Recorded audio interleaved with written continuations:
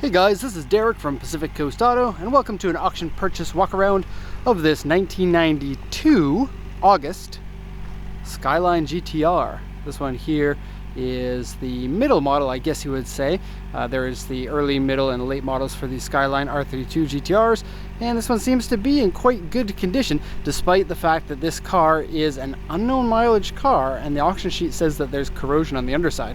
So this is typically the type of car that we would say, don't go for unless you know what you're doing, and in this case it turns out that it paid off. Sometimes cars like this can be scary for people to bid on, and so there will be less competition, which means that you can come in and snag them, and sometimes they're in good condition, so that's the way that it works from time to time. Now before we get into this one, a couple of things. I do want to say sorry, it's pollen season here and all the cars have a thick coating of lovely tree reproductive material on them, and these trees in the background, they like to rain on my cars, and so this one here got extremely covered with it, and I'm very sorry about that.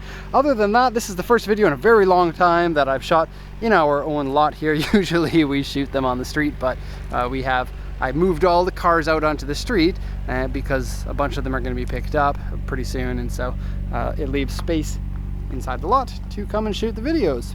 So let's take a look at what we have with this one. First off, I'm going to show you the engine. RB26 DETT engine. Now I have driven this one, and there's a little bit confusion about driving cars. We don't offer it as a feature, but sometimes we have to move the cars around. This one was parked in an off-site parking, and we just drove it over here I drove it over here with the dealer plates on a couple of days ago, and the vehicle drives really nicely. And the Skyline GTRs have a funny way of telling how much mileage or how much wear is on the vehicle by the way it feels to drive. It's unlike a lot of other cars in that respect, or maybe I can feel it after having so much experience with them. It turns out that Skylines are very popular today, as you can see. So yeah, so it's really nice when you get one with unknown mileage that feels like it has lower mileage, and so very good on that. Anyways, engine is nice, has an aftermarket strut tower bar that has some welds that became separated here, but it looks like it's made out of titanium, so that's cool. Other than that, that's all I can find in terms of modifications. RB26s always sound a little bit diesel-like on the camera, and so pardon me for that. So timing belt was changed. It says 6923 kilometers in 2015, but that's incorrect. The auction sheet stated this was a mileage unknown car because the gauges had been swapped, but looks like coolant was changed, oil was changed. Coolant looks good, oil looks good. Looks like a pretty well maintained car by the look of it. Looks like the ABS module was maybe replaced because it's shinier than everything else. Okay, if you look in here, there's some battery spillage and corrosion. That should be cleaned up because that will eat your metal. Push the hood down, give you another peek at the car. Sorry for the pollen, but this one's a great looking car and the body is pretty amazing. Okay, next is auction sheet, and then exterior, and then interior.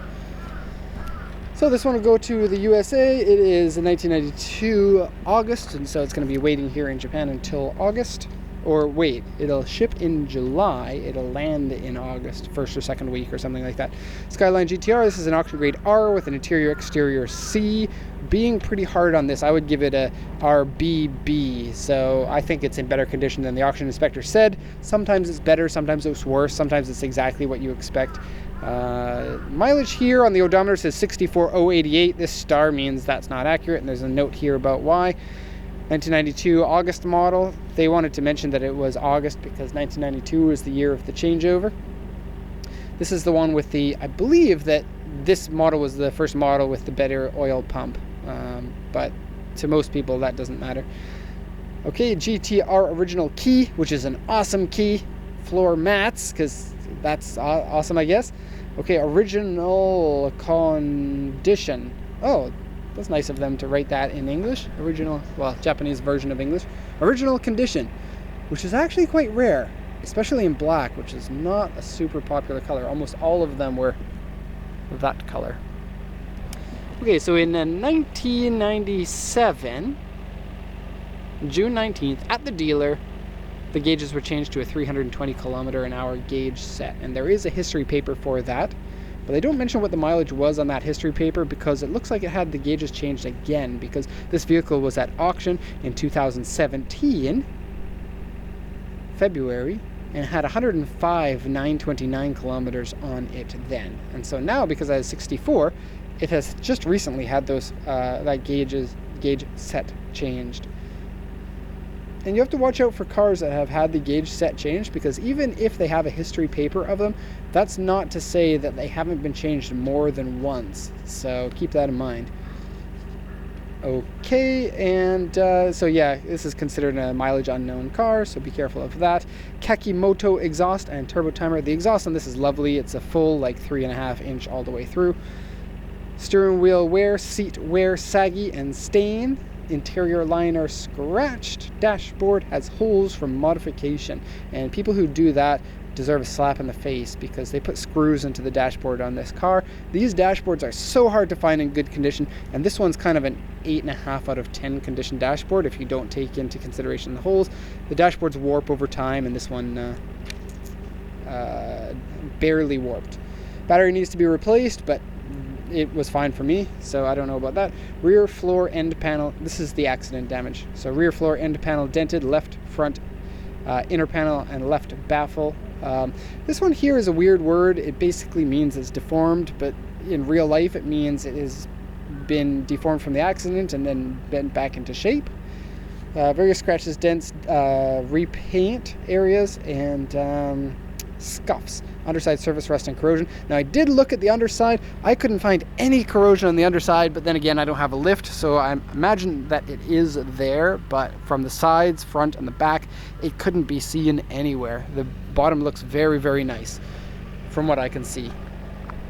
Okay, and if you look at the body here, you got mild dents on both sides here, mild dents there. U1 is almost invisible in most cases, and so if you take A1 is a small scratch.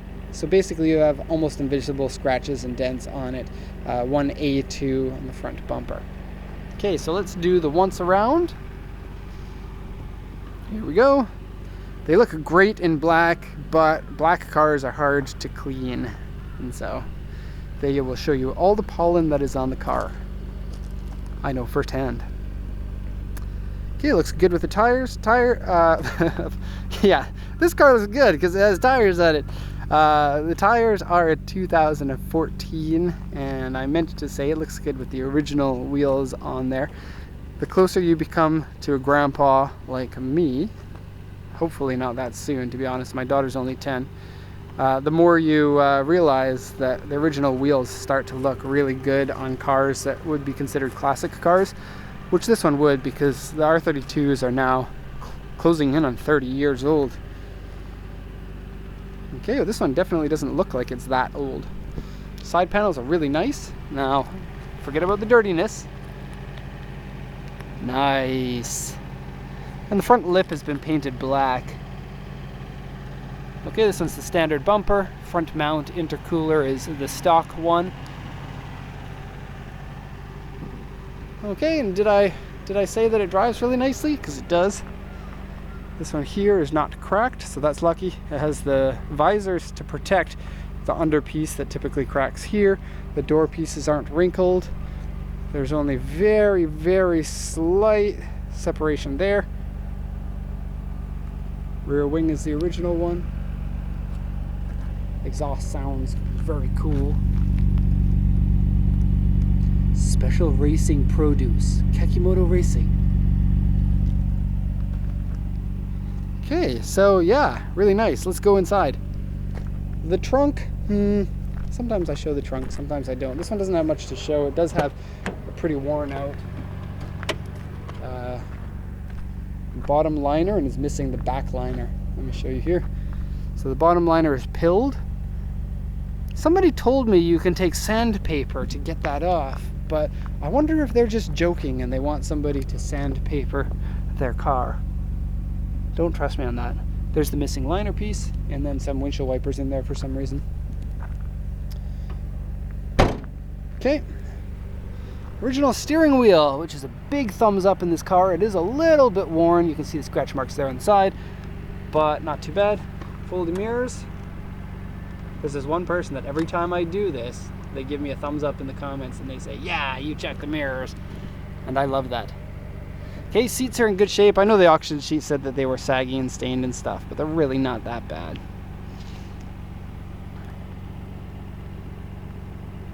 Okay, here's the saggy part. They typically will rip right here where the plastic meets the saggy part. This one doesn't have a rip. And they also rip here where somebody is wearing tough jeans. This one has a tiny rip, it looks like, or about to rip there. And nothing up here. This one here hands you your seatbelt. So it stays up there most of the time, because when you're sitting in the car and you go to grab your seatbelt, it's quite a bit further behind you, so it's hard to grab without this. So that helps, but where it clicks in, it touches the seat. So put that down. Back seats have a mystery sign. Tape to the seat. Back seats are in good condition. Tinted windows in the back. I mean, not very much fade at the top of the back seat. This one has the air purifier in the back there, which makes me very happy. Take a look. The air purifier controls go into this little slot here, and this little slot, I've seen it only once, and it's on that one over there. Controls here for a CD changer that goes into the trunk. Thumbs up for that. And then this one has the air purifier, which goes in here. Turn that on, turn it off, turn it on. It's super mega. Okay, the console has a saggy piece here. Aftermarket gauges go up to 320 instead of the stock 180. Aftermarket CD player. Holes in the dashboard. No deformation there where it usually is. Only a slight amount right there, which is the second most common place for it to go. AC is, in fact, too cold for me right now. When you turn the AC off, the dashboard squeals. I just noticed that. Okay, steering is very nice. These original steering wheels feel way better than most steering wheels. I really love how it's an oval shape here instead of a complete circle. It feels just really good that way. And it doesn't have big bumps here. And it doesn't have a stupid flat bottom. Flat bottom steering wheels are for idiots. Unless you're a viewer, in which case maybe you just haven't learned that yet. Okay, it doesn't smell like cigarettes in there. There were some cigarettes in the ashtray, so it has been smoked in. Okay, so overall this one was a gamble. It looked like it paid off, and so quite good condition car, despite the unknown mileage and the corrosion apparently. And so, yeah, looks very nice. Thank you very much for watching. That's the end of the video here. If you have any questions, please feel free to comment away in the comment section. Feel free to post like 5 or 6 or 10 comments if you want. All right, thanks a lot, everyone, and have a nice day.